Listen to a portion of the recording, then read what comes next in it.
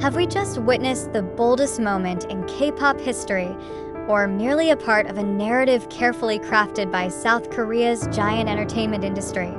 This question arose immediately after a live broadcast shocked the world. Jungkook, a BTS member, openly confessed his feelings to Taehyung in front of millions of global viewers. Not just an ordinary interaction between group members, but an emotional confession quickly labeled as a shocking confession by netizens. The event happened fast, almost spontaneous, as if slipping out of management's control. Within minutes, social media was flooded with emotional reactions. Some cried, some cheered, some remained skeptical. This phenomenon sparked one big question. Are we witnessing the sincerity of a man named Jungkook, or are we trapped in a bigger stage, a drama deliberately produced to shake the public? We know South Korea's entertainment industry is one of the most organized cultural machines in the world. Every performance, every word, even every expression of idols often goes through curation and strategic consideration. If so, why was a raw moment like a confession of feelings allowed to air uncensored? Is this truly an emotional leakage, or part of a plan to shape BTS's new image in the post-military era? However, being too cynical is not a wise choice either. There is a strong possibility that what Jungkook conveyed truly came from an impulse of the heart, without long calculation. Isn't it true that humans, whoever they are, at some point can pour out feelings that have been held for too long? If so, this confession becomes evidence that behind global superstar status, Jungkook remains a person with sincere, even fragile emotions. The fandom's reaction proves how great the impact of this event is. Tearful comments flooded streaming platforms. Lengthy analyses of Jungkook and Taehyung's relationship went viral on Twitter. Short video clips of the moment were replayed millions of times on TikTok. The public did not only consume the event, but also reproduced its narrative. From romantic friendship to conspiracy theories, they all appeared at once.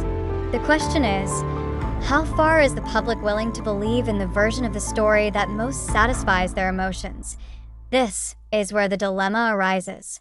Are we as news consumers merely victims of a narrative deliberately built to steal attention? Or are we witnessing the purest form of honesty from an idol? Unpacking this layer is important so we are not simply carried away by momentary euphoria. Because the line between fact and interpretation becomes increasingly blurred when the media prefers bombastic headlines over verification. It should be noted, many media reported this confession without watching the entire live broadcast. Some only quoted viral video clips on social media. Yet without full context, the risk of narrative distortion is huge. The word confesses can mean many things: an exaggerated joke, an expression of friendship, or truly a romantic statement. However, once the news is packaged in dramatic sentences, the public rarely pauses to recheck its truth. Overreaction came not only from fans. Pop culture observers also join the interpretation. Some called Jungkook's confession a transformative moment for masculinity's image in K-pop, which has long been tightly controlled. Others saw it as a subtle strategy to maintain BTS's global relevance amid the music industry's competition. On the other hand, skeptics argued, too many coincidences to regard this as purely spontaneous. Yet if we pause for a moment and take off the conspiracy theory glasses, this confession can also be read as a reflective invitation, reminding that idols are not just perfect symbols, but humans with vulnerabilities. If the public refuses to acknowledge the possibility of sincerity, isn't it the same as rejecting the human side of the figures they idolize? This phenomenon also shows how idol-fan relationships operate in the digital era. The speed of sharing information makes emotion surpass accuracy. The share button is pressed faster than hold and check. As a result, news of this confession spread in seconds worldwide, shaping public opinion before facts could be carefully verified. What is more interesting is how this confession triggered debates about representation and authenticity in pop culture. Can honesty still be considered pure when expressed in a public space full of cameras? Or does every expression automatically become performative when millions of eyes are watching? Jungkook may have only wanted to be honest with Taehyung, but in the K-pop ecosystem, personal honesty immediately turns into mass consumption. Ultimately, this moment will be remembered in two different faces. On one hand, it can be seen as a brave step of a global artist refusing to hide behind agency narratives. On the other, it can be interpreted as one of the most brilliant communication strategies in Korea's entertainment history. Which is true? There is no definite answer. What is clear is that Jungkook's confession has opened a wider discussion about authenticity, about media consumption, about the thin line between reality and delusion. We may never know whether it was pure or planned. But that is precisely the power of this moment. It makes us question, doubt, and reflect.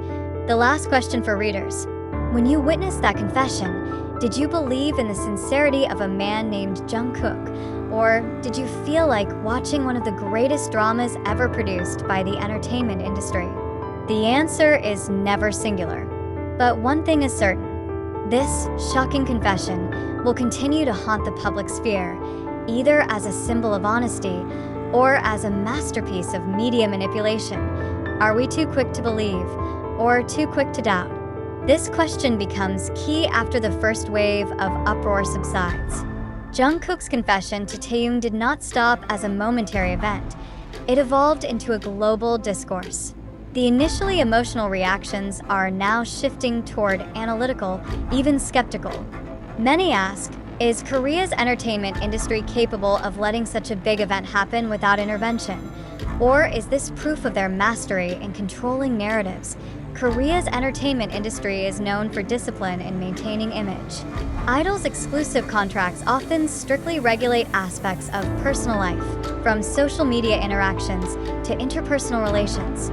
So, if Jungkook's confession truly happened outside a scenario, it marks a major crack in a system that has long been so closed. But if the moment was strategically arranged, then this is the clearest example of how honesty can be curated and sold as a commodity. We also need to examine how the media treated this confession. Many major news outlets chose sensational headlines, even without ensuring the live broadcast's detailed context. Words like shock, scandal, or confession were used repeatedly, as if by simply attaching dramatic labels, the news would be more profitable. In this condition, the public is not only an audience, but also consumers constantly pumped by sensation. However, on the other hand, we cannot ignore the sincere reactions of fans. Many armies regarded the confession as an emotional turning point, a moment when Jungkook showed his fragile side without layers of formality. They called it proof of deep friendship, even a symbol of trust between BTS members. This perspective is important because if we only emphasize suspicion, we could lose the humanity essence of the event. The long-term impact of this moment also cannot be underestimated. First, the confession challenges how the public views masculinity in Asia's entertainment industry. Emotional relationships between men are often interpreted narrowly, either as a joke or mere fan service. But this time, Jungkook's intensity and seriousness seem to transcend those boundaries. Is this the beginning of a more honest representation in the K-pop world? Or will it instead spark greater controversy among conservative audiences? Second, this event highlights how fandom works in the digital era. Fans do not only watch, but also reproduce narratives. They create theories, analyses, even chronological documentation based on replayed live recordings. This phenomenon creates an economy of emotion, where every little detail is exchanged, debated, and turned into digital commodities. Third, we cannot close our eyes to the political dimension of this event. BTS is not just a music group. They are a cultural diplomacy asset of South Korea.